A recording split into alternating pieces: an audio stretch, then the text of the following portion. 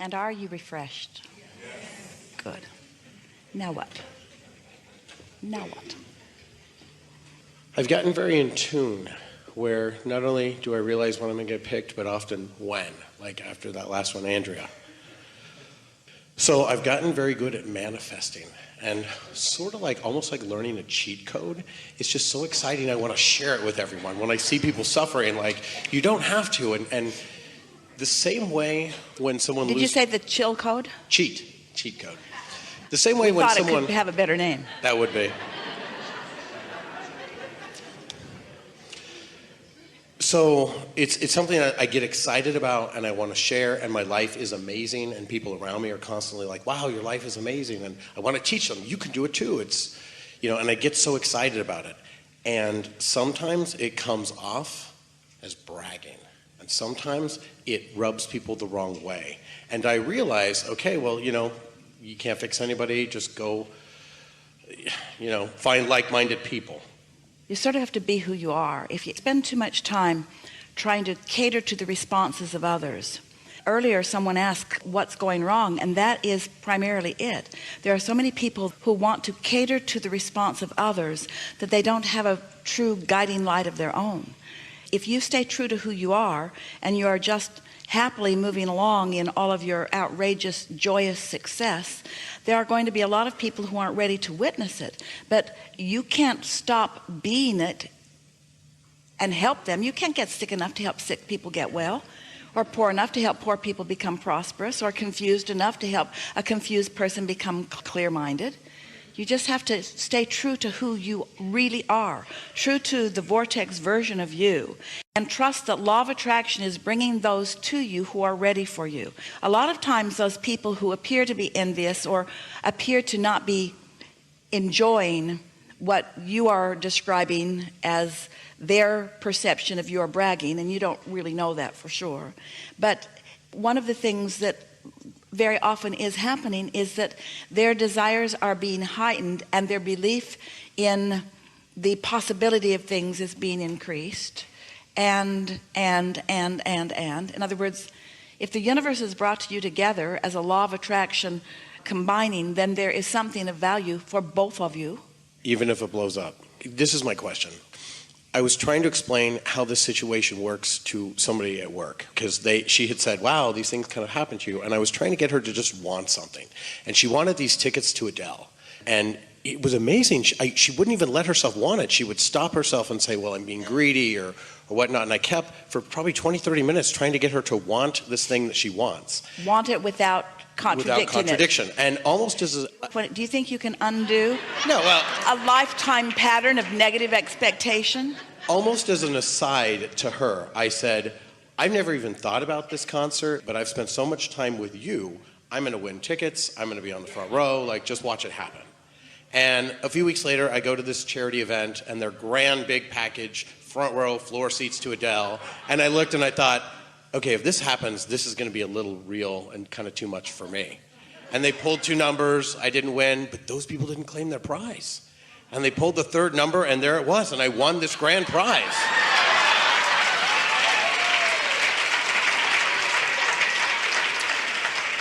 And because I had won it in such a public way, and so many people were trying to get this raffle ticket, my phone bombarded the day of the show. Who are you taking? Who are you taking? Who are you taking? Because it was this whole big package.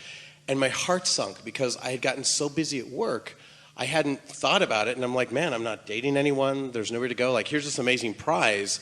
And I wish I had a couple more months to like find someone. And an hour later, she goes on Twitter and for the first time ever cancels her concert, postpones it 2 months. And I thought, I got 2 months to find someone. And I started to think, man, I'm getting really good at this. So we're starting to feel like you're bragging.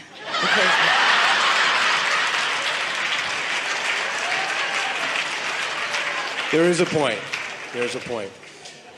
So to manifest this person, I thought about every relationship I had and that moment when it was really special. I imagine this one in particular with somebody I had just met.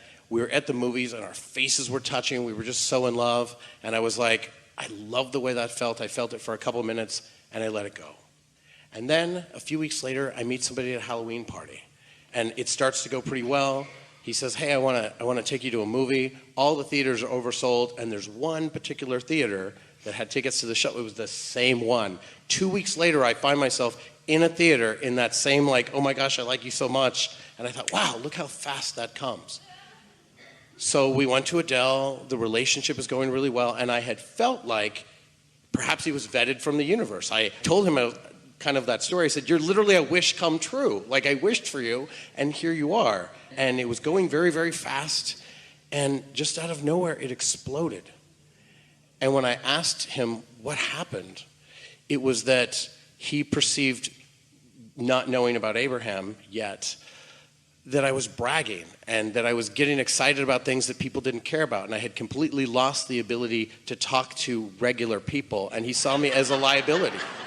And normally I wouldn't care. And normally I would be like, okay, but this was somebody that I cared about so much, and it ended our relationship. And I was heartbroken. And I was like, why would you, I thought, vet this person that I wished for and then have it blow up in my face? It made me feel like I'm too bright. It made me feel like I just want to be small. It broke my heart. And I realized there'll be another one. But Abraham, how many times can I fall on my face and fall on my face and fall on my face before? Endlessly. I don't want to try anymore. There's no bottom. There's no bottom. Next. And so just, oh well, and pick it up and try again. How do I get excited about the next one? We are enjoying this unfolding, and we are enjoying the response of the group to this unfolding. And there is so much richness and value that we can mine together. Do you want to? I'm willing to listen. I'm willing to do the work. So let's just begin by saying to you that maybe the easiest way for you to hear it is that your life is happening to you at many levels of your awareness. So there are the things that you are aware of that you want, and there are things that you are aware that people are aware of you. In other words, there's your awareness of what you want, and yours awareness of what that person's opinion of what you want is, and that person's opinion of what you want is. In other words, there are so many awarenesses going on, all revolving around you, really, around any one of you.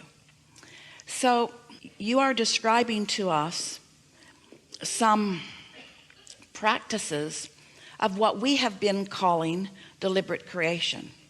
We've had lots of conversations with lots of people over the years about exactly what you're talking about, how to get what you want, to think about it, to focus on it, to don't think contradictory thoughts about it, and watch the universe yield it. This is just Law of Attraction 101. This is just how Law of Attraction works.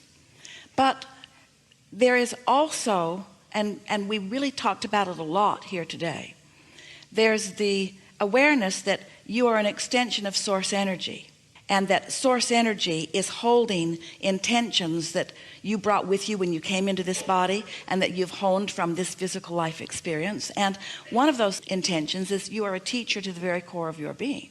And you understand that you can't teach with words. Words really don't mean very much. That you teach through the clarity of your example. And so through the clarity of your example, those who are ready to receive what you are exampling can receive the benefit of it. So now here we are having a conversation with a lot of people who are learning about deliberate creation. And some of them are really at the place where they're working on some Adele tickets, or they're working on a new mate, they're working on something. And so to hear someone describe the unfolding in a way that makes their heart sing is very beneficial to them. But then it's like, and this happened, and this happened, and this happened, and this happened. And I'm riding the wave of all of that good stuff happening, because while the intentions didn't originate from my observation of something, they originated from a conversation with someone. Eventually I started manifesting things that then I began to parlay into more things, and into more things, and into more things, and into more things. And then eventually something that I really wanted did not come about. How is this possible? Abraham, am I a deliberate creation or am I not? The answer is you are a deliberate creator and better at some things than others. You have more resistance within you on some subjects than others. On some subjects that you hold no resistance, things come easily. Those Adele tickets were a primary example of that. You had no resistance. You got activated through a conversation. It doesn't matter how it came about. That desire was activated within you. And because you had no resistance, the universe just yielded it to you. Not so that you could show off, not so that you could best somebody else, not because you're in any sort of competition, but because that's how it works. And so as you identify and isolate and notice the emotional components that go along with the focused components, then you come away with something that you understand. But there is a tendency to look into the manifestations for all of the answers. And that's what's tripping you up. It's almost what trips everybody up, because manifestations hardly ever hold. In other words, if you get all excited about this whatever success that you had, and that's what you give most of your undivided attention to, you're not feeding the pipeline for the things that are coming next and next and next and next and next and next and next. And there's a continual barrage of those, because nothing that you've ever created is going to stand and sustain itself. There have to be more creations in the pipeline. Your juices have to continue to flow. The way that we can speak that to you simply is someone will say to us, Abraham, I've written a magnificent book and it flowed through me and I could feel that it's inspired and it's just the best book and people are going to love it, but I can't get anybody to publish it and I'm not making any money with it yet. What should I do? And we say, write another book.